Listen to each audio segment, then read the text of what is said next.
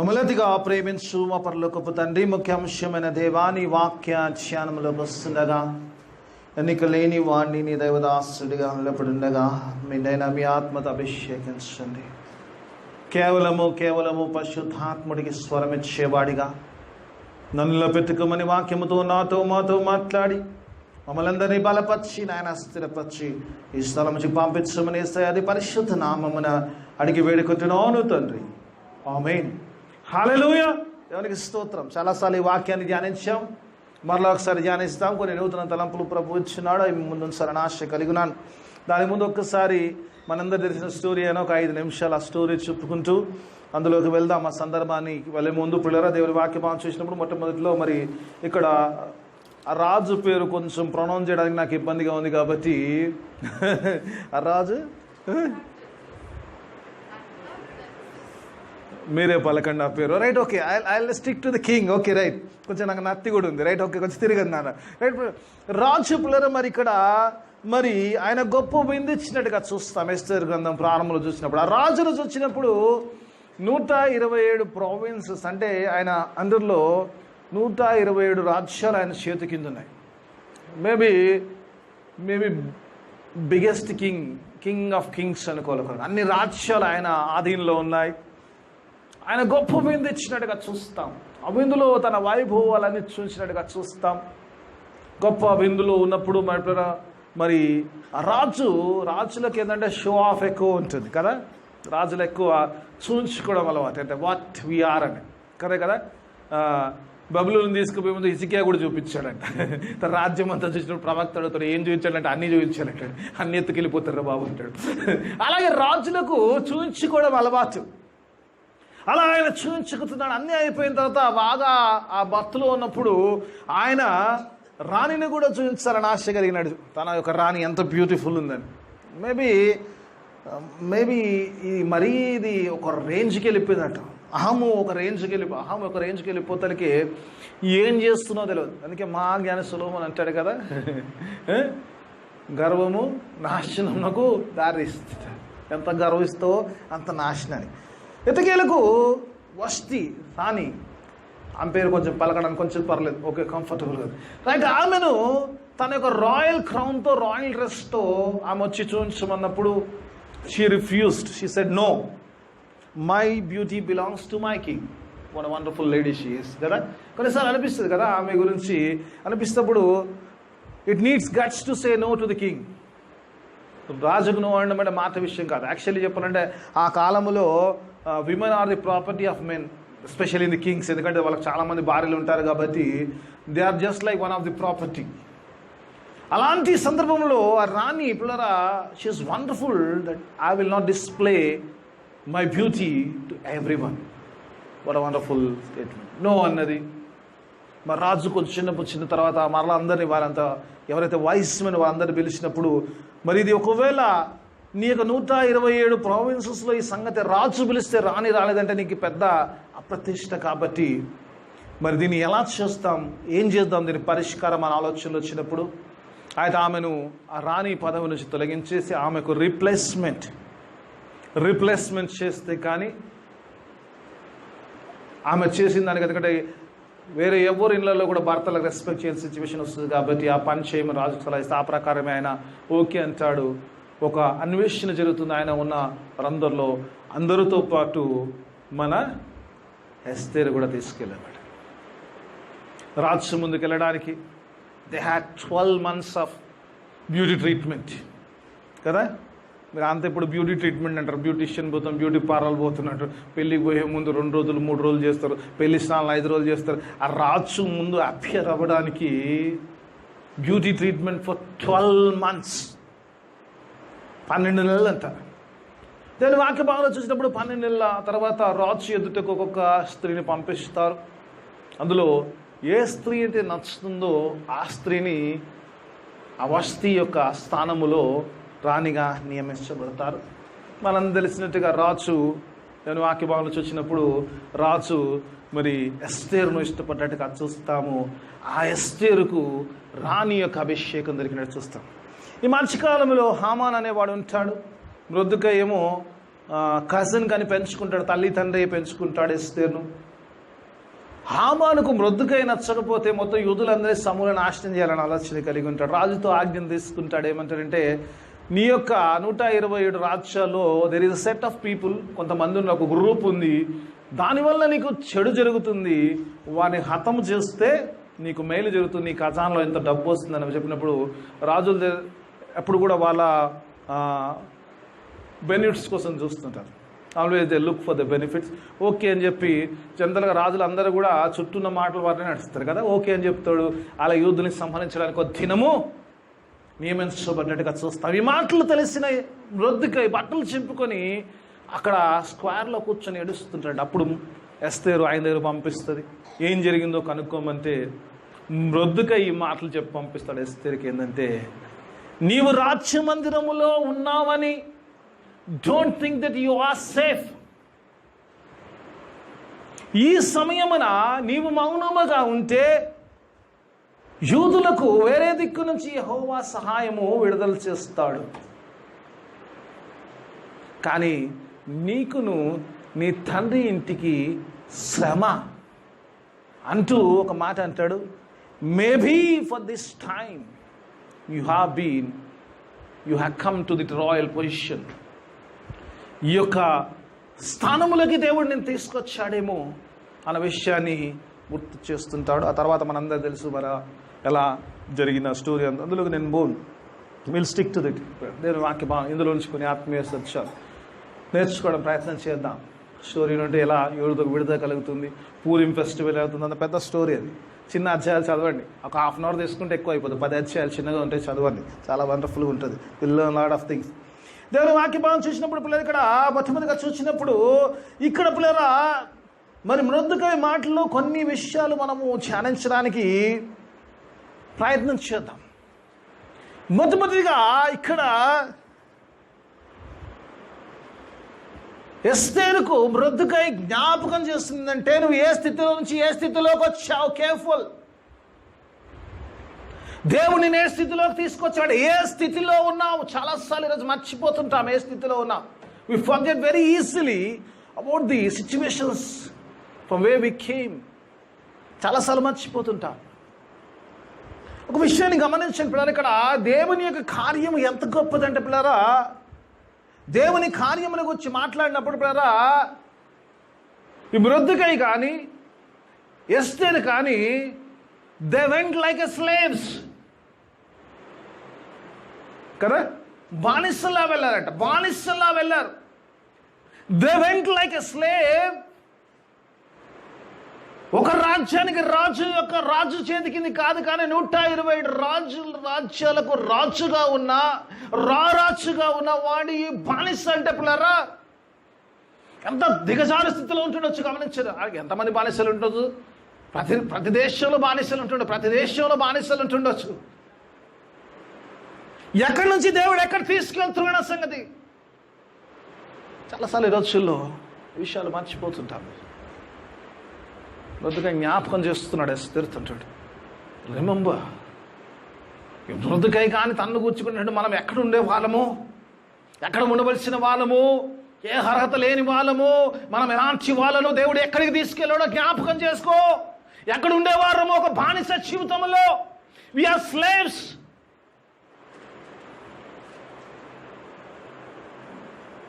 చాలాసార్లు మర్చిపోతుంటారు బానిసత్వములో. కొన్నిసార్లు దేవుని యొక్క కృప ఎంత గొప్ప అనిపిస్తుంది.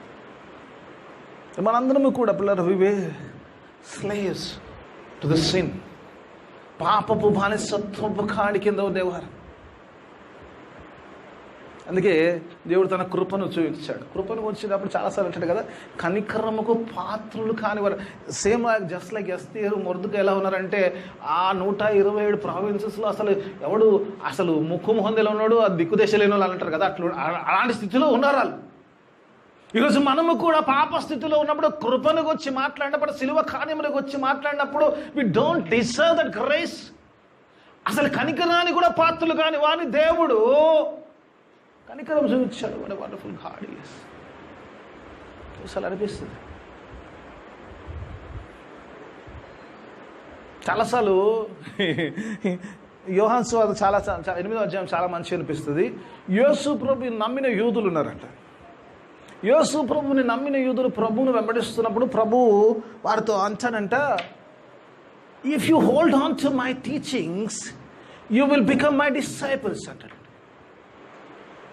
Okay fine, you hold on to my, నా బోధనలు కూడా మీరు పట్టుకొని ఉంటే నా శిష్యులు అవుతారు అంటాడు. అంతవరకు యూదులకు there was no objection. Okay, ప్రభు ఏదో మంచి అద్భుత కార్యాలు చేస్తున్నాడు, చక్కగా బోధిస్తున్నాడు. కొన్ని అటు ఇటుగా ధర్మశాస్త్రాన్ని పాటించేవారు కాదు, కొంచెం ధర్మశాస్త్రాన్ని కొంచెం అట్లు ఇటుగా ఉన్నా కూడా ప్రభు వెంబడిస్తూ ప్రభు మాటలు వింటూ ప్రభు అన్నప్పుడు మేబీ యాక్సెప్టబుల్. మీరు if you hold on to my teachings you will be my disciples అన్నాడు. నెక్స్ట్ వెంటనే ప్రభు అంటాడు, if you are my disciples you will know the truth and truth will set you free అంటాడు. ఇది కొంచెం అబ్జెక్షనబుల్గా ఉంది. మీరు సత్యమును ఎరుగుదురు, సత్యము మిమ్మల్ని స్వతంత్రులుగా చేస్తారన్నప్పుడు కొంచెం ఆలస్యం అనిపించింది. ఓకే, నీ మాటలు చెప్తున్నావు బాగుంది, నీ మాటలు వింటే నీ శిష్యులు అవుతావు, అంతవరకు బాగానే నేను నమ్మాము కాబట్టి అంత మటుకు ఫైన్. కానీ ఎప్పుడైతే నువ్వు అంటున్నావో మీరు సత్యము ఎరుగుతారు, ఆ సత్యం తెలుసుకున్నప్పుడు మీరు సత్యము మిమ్మల్ని స్వతంత్రులుగా ఇచ్చినప్పుడు దర్ ఇస్ ఆబ్జెక్షన్ అంటారు. We are the descendants of Abraham. What do you mean by setting us free? We are not under anybody's rule. సింపుల్గా యేసు ప్రభు కింద అంటాడు, పాపము చేయు వాడు పాపమునకు. ఒకసారి 8:28 చదువుకుందాం. ఒకసారి చూసుకుందాం. వండర్ఫుల్ వర్డ్ ఉంటుంది అమ్మా. 8 కాదు, ఒక నిమిషం. 8 కాదు, ఒక నిమిషం. తెచ్చిను 8వ అధ్యాయం మేబీ 34-35 ఉంటుంది అనుకోండి. చూడమ్మా, నా దగ్గర లేదు, రెఫరెన్స్ లేదు. 8th చాప్టర్ జాన్ 8లో 34 అనుకుంటాను, ఐ థింక్ 34 అనుకుంటాను. చూడండి 34. అందుకు యేసు, పాపము చేయు ప్రతివాడును పాపమునకు దాసుడై ఉన్నాడు. దేవుని వాక్యం పంచినప్పుడు ఈ దాసత్వములోకి వెళ్ళిపోయాం. ఆది మానవుడు ఏ దేవుని వల్ల ఉన్నప్పుడు God made him to rule but he became a slave of the sin. అదే బానిసత్వములో కూడా ఈరోజు మనకు కనపడకపోవచ్చు, ఈరోజు మనకు అనిపించకపోవచ్చు. We are under the slavery of sin మనకు అనిపించకపోయినా కూడా, ఎందుకంటే we enjoy in such a way that we don't think we are slaves, we are enjoying అనే ఫీలింగ్ లో ఉంటాం. కానీ but we are really slaves of the sin. మనకు అనిపించవచ్చు మన బాధిస్తల్లా మనం స్వతంత్రులుగా చాలా చక్కగా అనుభవిస్తున్నట్టు అనిపించవచ్చు, కానీ పాపములో ఎంజాయ్ చేస్తున్నట్టు అనిపించవచ్చు. కానీ మనం పాపమునకు బానిసత్వంలో ఉన్నాము. ఏ స్థితిలో అయితే ఈ మృద్దుకై ఉన్నాడో, ఏ స్థితిలో అయితే ఎస్తేర్ ఉందో, అడుగుబడిన స్థితిలో ఉన్నారో అదే స్థితిలో పాప విషయంలో మనము కూడా ఉన్నాము. సిలువ కార్యము ద్వారా ఆయన మనం విమోచించాడు. హల్లెలూయా. ఈరోజు చెప్పలేరా, ఎస్తేరుతో అంటున్నాడు దేవుడు, ఈరోజు నీతో నాతో అంటున్నాడు, జాగ్రత్త బతుకు, జ్ఞాపకం చేసుకో ఎక్కడి నుంచి వచ్చావు, ఎలా వచ్చావో. దాసత్వములో నుంచి విశ్వాసము ద్వారా వి కేమ్ ఇంటూ సన్షిప్. దేవుని కుమార్ విశ్వాసం, మీరు క్రీస్తున్న విశ్వాసం అయితే విశ్వాసం మూలంగా మీరు దేవునికి కుమారులైతే you will be the sons of the most high God. ఈరోజు ఎస్తేరు కూడా ఆ మాట జ్ఞాపకం చేస్తున్నాడు. మరొక ఈరోజు నీకు నాకు జ్ఞాపకం చేస్తున్నాడు. వి వేర్ అండర్ ది స్లేవరీ, ఆ బానిసత్వంలో ఉన్నవారము. దేవుడు తీసుకొచ్చాడు. ఒకసారి జ్ఞాపకం చేసుకో, ఉన్న స్థితిని బట్టి హెచ్చించుకోను. ఎక్కడ ఉండవలసిన వారిని దేవుడు ఎక్కడ ఉంచాడు, ఎక్కడ ఉండవలసిన వాడిని ఎక్కడ ఉంచాడు దేవుడు. అది జ్ఞాపకం చేసుకుంటున్నాడు. ఈరోజు నీతో నాతో దేవుడు మాట్లాడుతున్న మాట. రెండో విషయంలో చూసినప్పుడు, ఒకటి ఎక్కడ ఉండేవారము, రెండోది ఒకవేళ దేవుని కృప చూపించకపోతే ఎక్కడ వెళ్ళేవారము. ఒకవేళ పిల్లరా, ఇక్కడ ఈ స్టోరీ అంతలో కూడా ఒక భయంకరమైన విషయం జరుగుతుంది. అంటే వరల్డ్లీ థింగ్. రాజు ప్రతి ఒక్క స్త్రీని తీసుకుంటాడండి. అబ్బా, ఎంత దరిద్రం కదా. ఎంతమంది ఆడపిల్లలు రాజు దగ్గరికి వెళ్ళి ఉండొచ్చు. బేబీ లోక సంబంధమైన అంత వ్యభిచార జీవితం అంటే ఇంకోటి ఉండదు అనుకోండి. Baby got to call the girls కదా. ఆ రాజు ప్రతి ఒక్క అందగత్తెలు అందరినీ కూడా 12 నెలలు ట్రీట్మెంట్ చేసిన ఒక్కొక్క స్త్రీని రాజు దగ్గర పంపిస్తున్నప్పుడు కొన్నిసార్లు అనిపిస్తుంది, ఒకవేళ పిల్లల దేవుడు ఒకవేళ ఎస్తేరుకి కృప చూపించకపోతే ఎస్తేరు యొక్క బ్రతికి ఏమవుతుండే? ఒకసారి ఏమవుతుండే? రాజు తిరిగి వెళ్ళిపోతుండే ఒక ఉపపత్నిలాగా. ఉపపత్ని అంటారు కదా, ఇంగ్లీష్లో ఏముంటుందమ్మా? కన్కబైన్స్. ఉపపత్నులు అంటే ఏంది పిల్లరా? రాజు ఎప్పుడో జ్ఞాపకం వచ్చినప్పుడు వస్తాడు. వాళ్ళకి ఫ్యామిలీ లైఫ్ ఇప్పుడు రాజు భార్యగా గుర్తింపు అంతే. ఎక్కడో క్వార్టర్స్ ఇస్తారు, ఇంత ఫుడ్ ఇస్తారు, ఒక వాడి ఉంటుంది అంతే. ఒకవేళ దేవుడు కనుక తన యొక్క కృపను చూంచకపోయినుంటే ఎస్తేరు కూడా ఒక ఉపపత్నిలా మిగిలిపోయేది. అవునే కదా? ఒకసారి జాగ్రత్తగా గమనించుకోవాలి. దేవుని వాక్య భాగం చూసినప్పుడు ఎక్కడో ఉండేది ఒక ఫ్యామిలీ లైఫ్ కాదు, కానీ రాజుభార్య అంటే రాజుభార్యగా ఉండేది. రాజు ఎప్పుడు ఆయనకి ఇష్టమైతే పిలిచేవాడు, వచ్చేవాడు. లేకపోతే సంవత్సరాల పాటు రాజు కొరకు వెయిట్ చేస్తూ అక్కడ ఇచ్చే భోజనాలు అన్ని ఫెసిలిటీస్ వస్తే తింటూ అక్కడ అలా పడి ఉండడమే.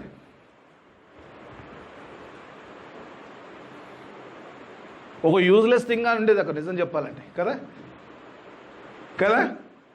అవునా కాదా? అవునా కాదా? కొన్నిసార్లు అనిపిస్తుంది, నిజం కొన్నిసార్లు అనిపిస్తుంది, ఒకవేళ దేవుడికి ఒకవేళ ఆ ఎస్తేరు నచ్చకపోయినంటే, ఆ రాజుకు నచ్చకపోయినంటే, మేబీ గాడ్స్ పర్పస్ ఎలా ఉండదు? మేబీ గాడ్స్ పర్పస్ కోసం ఇదంతా జరుగుతుందేమో. కొన్నిసార్లు అనిపిస్తుంది. నాకు రోమపత్రిక 8వ అధ్యాయం చాలా ఇష్టం అన్నమాట. ఆయన ప్రేమించు వారిని ఆయన సంకల్పము చొప్పున పిలపట్ట వారికి సమస్తము మేలు కలుగుటకు సమకూడి జరుగుతుంది. Hallelujah! Everything for the good of those who have been called by the God. చాలాసార్లు అనిపిస్తుంది. కొన్నిసార్లు కొన్ని పరిస్థితులు చూసినప్పుడు ఎలా అనిపిస్తుంటే, నా లైఫ్ ఎట్టిపోతుంది, నా లైఫ్ ఏమైపోతుంది, where is my life going? There are lot of disappointments.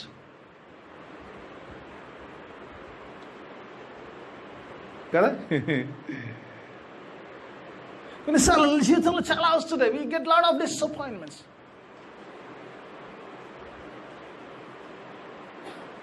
We have a right to be in depression. నేను కూడా ఈ మధ్యలో కొద్దిగా డిప్రెస్గా ఉన్నాను ఒక 2-3 days నుంచి. Some disappointments in my life. There will be some different. వాక్యం మాట్లాడుతున్నప్పుడు ఉపస్థించినప్పుడు నాతో మాట్లాడుతున్నాయి. You'll have a lot of disappointments in your life.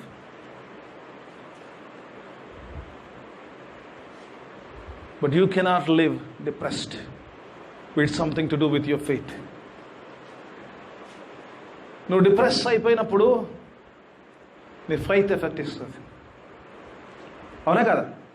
అందుకే దేవుని వాక్యం ఉంటుంది, మేబీ థింగ్స్ లుక్ లైక్ వరల్డ్లీగా. ఇక్కడ చూసినప్పుడు ఆ రాణి యొక్క ఏర్పాటు జరుగుతున్నప్పుడు everything was worldly, but God was using for his Kingdom.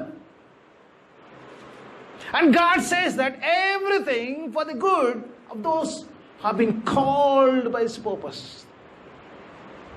హల్లెలూయా! దేవునికి స్తోత్రం. ఒకవేళ రాజు పిలవకపోతే ఒక ఉపపత్నిలా ఎందుకు పనికి రాకుండా ఉండిపోయేది. కానీ దేవుడు ఆ పరిస్థితిని ఎలా మలుస్తున్నాడంటే, is taking her to a new level. అందుకే ఈ బ్రతుకు don't think that you are safe. It is not for you. దేవుడి కార్యం చేస్తున్నప్పుడు ఈ కార్యము కేవలం నీ కొరకు ఆలోచనలకు. ఏ స్థితి అయితే నువ్వు వచ్చావో ఆ స్థితి దేవుడు నీ ఒక్కదాని కోసమే. దేవుని యొక్క ప్రణాళిక ప్రకారము there is a purpose for God's purpose. There is a purpose for your life. ఈరోజు నీవు నేను కూడా పిల్లరా, ఒకవేళ చాలాసార్లు అనిపిస్తుంది, నేను రోజుకు ప్రార్థన చేస్తున్నామా, 1 సంవత్సరం నాస్తికుడుగా జీవించాను. ఐ డైలీ ప్రే గాడ్, ప్రభు ఒకవేళ నువ్వు ఆ సమయంలో నా చేయి విడిస్తే I say that I would have been landing directly in that hell. నా ప్రార్థన రోజు నేను చేస్తాను. ఆ క్షణంలో ఆ సమయంలో నువ్వు నా చేయి విడిచేస్తే నా డెస్టినేషన్ హెల్లో ఉండేది. Your love is so awesome God అని రోజు క్షమాపణ అడుగుతాను దానికోసం. నేను దేవుడు ఆ పరిస్థితి కనుక ఉపయోగించకుండా ఆ స్థితిలోకి తీసుకురాకపోయినంటే ఆ డెస్టినేషన్ ఎక్కడ లేదు. ఒక ఉపపత్తిలా ఉండి ఎందుకు పనికి మాలిన జీవితం చేస్తూ ఈరోజు నీవు నేను కూడా అప్పుడారా దేవుడు పిలిచాడు. There is a purpose. ఈరోజు నా ఉద్దేశం, నా వాక్యం కూడా అదే, God's purpose. One thing that do you love the God's purpose? దేవుడి ఈరోజు నీతో నాతో బ్రతుకే ద్వారా God wants to remind us. ఒకటి మనం ఎక్కడ ఉన్నామో గుర్తు చేసుకోవాలి. ఒకవేళ ఆయన పట్టుకోకపోతే, ఆయన కృప చూంచకపోతే ఎక్కడ వెళ్ళిపోతుండేమో. కానీ ఆయన కృప ద్వారా ఉన్నస్థితిలోకి తీసుకొచ్చాడు. దేవుని కుమారులుగా చేశాడు. ఆమెను రాణిగా చేశాడు. నిన్నను దేవుని కుమారులుగా, రాజులుగాను, యాజక సమూహముగాను దేవుడు మనల్ని చేశాడని కృప ద్వారా. For his purpose. ఈరోజు ఒకసారి జ్ఞాపకం చేసుకోలేదు.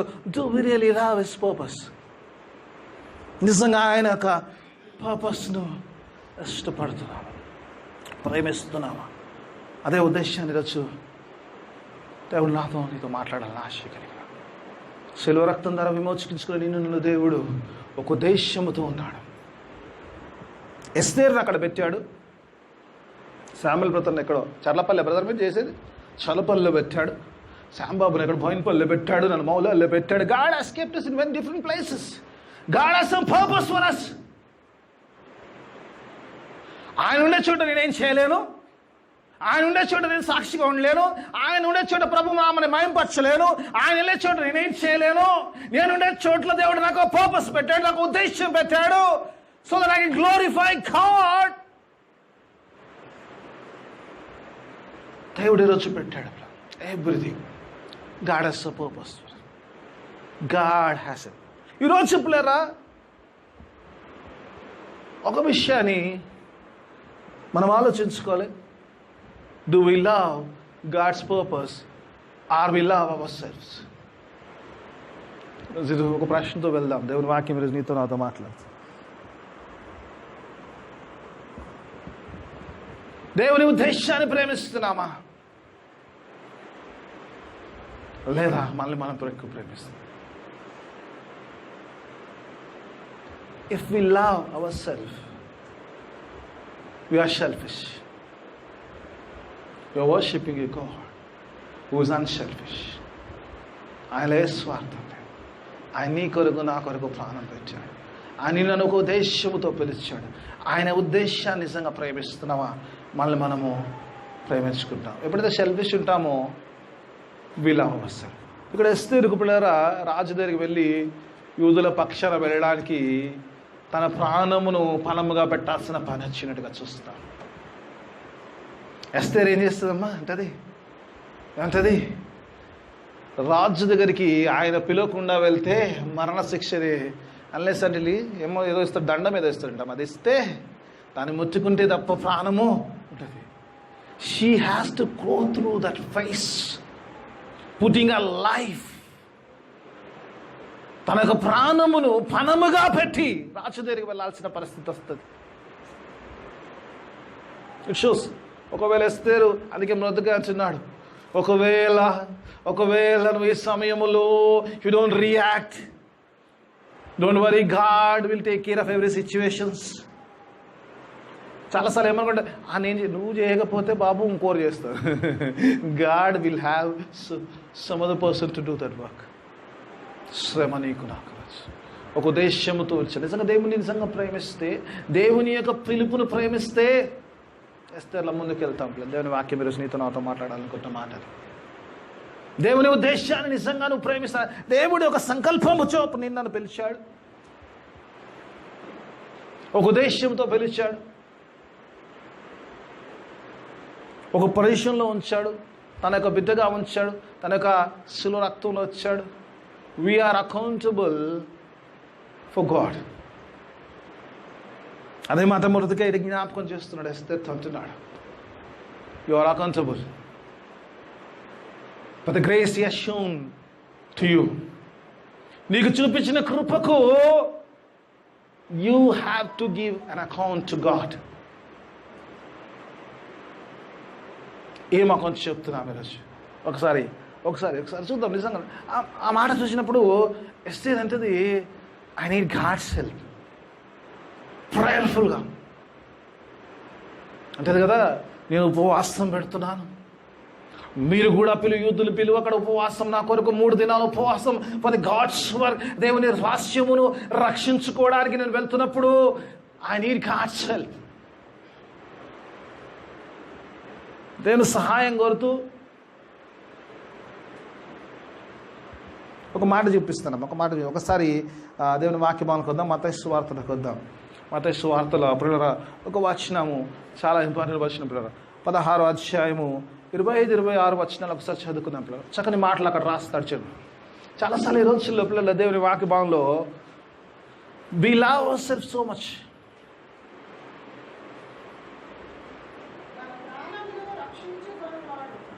తన ప్రాణము రక్షించుకొనువాడు దానిని పోగొట్టుకొనును. నా నిమిత్తము తన ప్రాణమును పోగొట్టుకొనువాడు దాన్ని దక్కించుకొనును అంటాడు. వాక్యం ఏమంటుంది? చాలాసార్లు ఏంటంటే ప్రాణభయం. ఎక్కడ ఏమైనా ప్రభు కొరకు ప్రాణం అంటే ఎందుకు ప్రాణంను కాపాడుకోవాలి. We forget that we lose. ఆ మీద అంటాడు ఇంకా సమస్తం చేయించి ప్రాణం పోగొట్టుకుంటే ఇంకేందంటాడా? 25-26 వచనాలు గమనించారు. ప్రపంచమంతా చేయించుకొని ప్రాణాన్ని పోగొట్టుకుంటే దాని వల్ల ఉపయోగం ఏందంటాడు దేవుడు మాట మాట్లాడుతున్నప్పుడు అంటాడు. ఈరోజు చాలాసార్లు ఏంటంటే పిల్లలు ఎంత selfish, we don't want to take anything. ఒక గొప్ప దైవజనుడి గురించి వచ్చిన సాక్ష్యం చెప్తాను. ఆయన ఓ దైవజనుడు ఒక హాస్పిటల్ అడ్మిట్ అయ్యాడంట. కాలుకి ఏదో ఇన్ఫెక్షన్, సీరియస్ ఇన్ఫెక్షన్ అయిపోయింది. చాలా కేర్లెస్గా ఉన్నాడు. డాక్టర్ వచ్చాడు, చూశాడంట. వచ్చేటప్పటికి అది చూసి ఇన్ఫెక్షన్ ఎలా స్థితికి వచ్చిందంటే, అరే పిచ్చోడా, ఏ స్థితిలోకి వచ్చినా ఎంత నిర్లక్ష్యంగా ఉన్నావు నువ్వు, చచ్చిపోతావు అన్నాడంట. తెలుసా అని అడిగిందంట. దైవజనుడు అడిగాడు, ఇంత నిర్లక్ష్యమా నీకు ఇంతకుముందే చెప్పిన ఇంత నిర్లక్ష్యమా నీకు, చచ్చిపోతావు అన్నాడంట.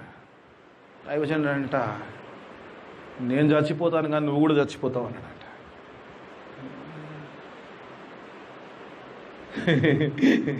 అంటే నువ్వు మీరే పిచ్చోళ్ళ ఉన్నాడు, ఏం మాట్లాడుతున్నా అనుకుంటాంట.